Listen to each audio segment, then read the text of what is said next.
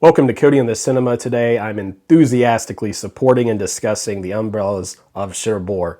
This is one of Criterion's best 4K releases ever, and it's my favorite of the year in a year that had a lot of really good ones so far. I was not expecting what I got from this film. In some ways, I think I had in the back of my mind that this would be some kind of an MGM musical in French, to be frank. And I love MGM musicals and Gene Kelly and Singing in the Rain, and I love Fred Astaire and all these different actors, but I did not expect that what I would get was something pretty substantial in terms of the drama. And I'm not saying that something like Singing in the Rain isn't substantial, but this film had me hooked from the start to the finish, and it delivered quite the emotional punch by the end.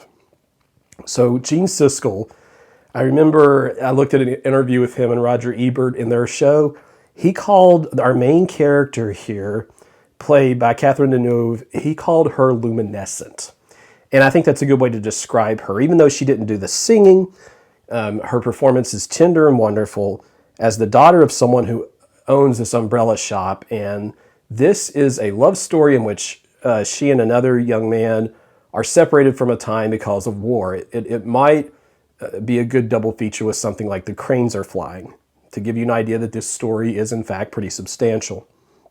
The person who actually did the singing, Danielle Lecari, and my apologies on the pronunciation there, I felt like her voice was perfect and perfectly suited to the material. It's light and refreshing, kind of in a, I don't know, in a lemonade or soft drink kind of way, but also angelic, inviting, and pure, and it is addictive to listen to the soundtrack. Michel Legrand's score is completely flawless. It can be whimsical, it can pack a punch, it can be breezy and easy and make you want to go have some coffee at a cafe. It is just an absolute fantastic delight. I had been seeing this off for many years before I knew about the 4K because I thought, there's subtitles. And I usually don't care about subtitles at all, but I thought it might matter with a musical specifically because of that translation glitch that might happen with songs. And it didn't matter at all. In fact, I'm going to go, the next time I rewatch this, which I hope will be very soon, I'm going to just turn the subtitles off and just listen to the poetry of the language and watch the acting, the characters acting, because so much is expressed so well that you barely need that. Okay, so the beauty of the film. I wrote this down. Patton Oswalt, there's a great interview with him that Criterion put out, and he had some funny things to say about it, but the best quote that I found from him, he said the movie looks like it tastes good. And it does. Like, the wallpaper is delicious. The umbrellas, there's a beautiful shot where you see inside, you watch someone go outside to the rain in the umbrella shop. The snow in this film is gorgeous, especially, there's a gas station, okay? There's a gas station with snow around it, and I promise you're never going to forget the beauty of that gas station, all right? Another thing I really liked about this, and this is probably just the Ozu fan in me.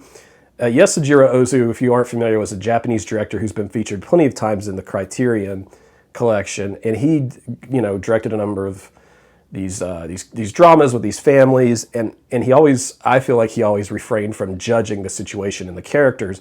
And I felt some Ozu in this film because there is family drama on a sort of small scale, and that's, the film is an hour and a half. It is kind of brief, but important. And I like that, for example, there's a scene where a character makes a proposal. Now, in a lesser film, a film that wasn't as well polished and well rounded and well written, I feel like that proposal would have been demonized. That the thing that this character is asking of this family. And in this film, it's not. In this film, the camera and the director allow you to make your own conclusions, and I think for the most part, you're going to root for every single character. I did not find a single character here to be boring, unnecessary.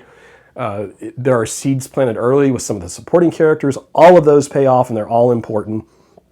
And it is a remarkably short film at an hour 30. In fact, you might even be a little frustrated with how short the film is, but I think that's on purpose, because the characters are rushed along into a series of difficult decisions, and you just kind of have to hope that they make the best choices, if there even is such a thing as a best choice.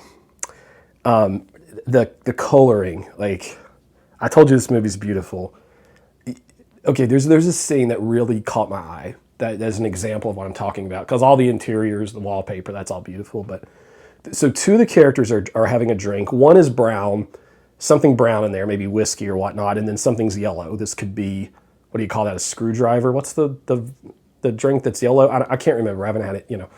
And there's like yellow in the background with like this brown wood, and the wood is kind of like helping to make this antique or worn-in feeling that you need in the frame and for that moment and for that scene. And then the coloration works with the two drinks. And then like there's another scene where a few scenes where the character, one of the characters has a blue sweater on, and that sort of matches some of the backgrounds. The use of color is fantastic. But really, for me, Catherine Deneuve and her counterpart here, there's this young man, Guy, who has to leave for war. They have such a fantastic chemistry, such a warmth toward each other, and the way their story develops is truly unique and timeless. And I've got to tell you, the ending in this thing is going to leave you with some things to think about. This might, gosh, the ending is so good on this. Like, the ending for me, I don't know, like it struck me in a similar way to how much I love the ending of something like The Searchers behind me, or Once Upon a Time in the West.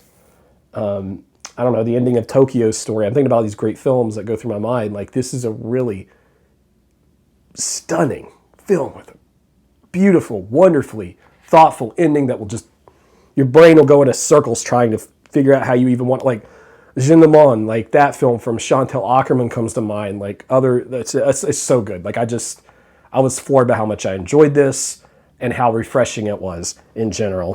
One last thing I wanted to say here, there are two characters who are like the matriarchs. Okay, one is literally the mother of Catherine Deneuve's character, and the other is Guy's on Elise. They kind of play these mother roles, and the matriarchs, I think, kind of, they sew the whole thing together, they bind the whole thing together, and they really make the narrative a cohesive, wonderful experience. And I'm positive that someone's going to watch this over Mother's Day, because it came out on a Tuesday, right? And then, some people may want to watch it on Mother's Day. It's a great watch for something like that. In the same way that Ozu films are great watches if you're dealing with any kind of family, anything, issues. I think this approaches that. This has those qualities, and the essay, folks, the essay in this is also marvelous. I really enjoyed it. I read it through. I skimmed parts of it, and I read parts of it very carefully. I found that this is one of the essays I've even enjoyed the most. I'm going to go through and reread it again.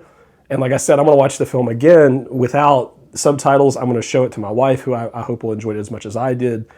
And one final thought to leave you with on this, like, so I do a letterboxed list of my favorite movies by year, and I do that in part to kind of help me remember, movies I've really loved from a certain time.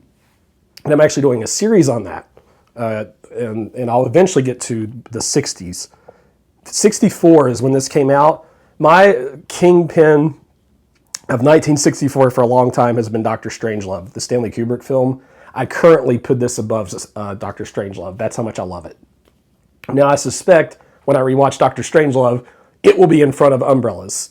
But to give you an idea of how much I enjoyed the film, like, I'm putting this up there as something that would match wits with a great Stanley Kubrick film.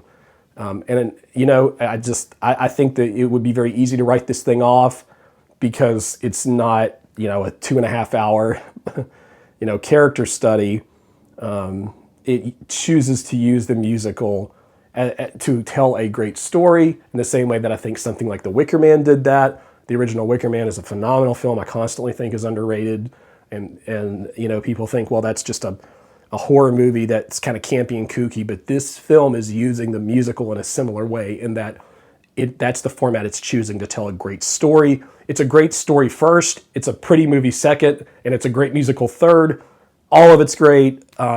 Buy this, 100%, no questions asked. It is amazing. So that's my review. If you liked this and found this to be helpful at all, if you could click the thumbs up like button, that'll help grow the channel, and tell me what your thoughts are on this film, or any other Jacques Demy films or films in the collection you've been watching in general. If you plan to get it, let me know. And then, subscribe if you haven't, because I try to cover as much Criterion content as I can on my channel. We'll see you next time. Cody in the Cinema.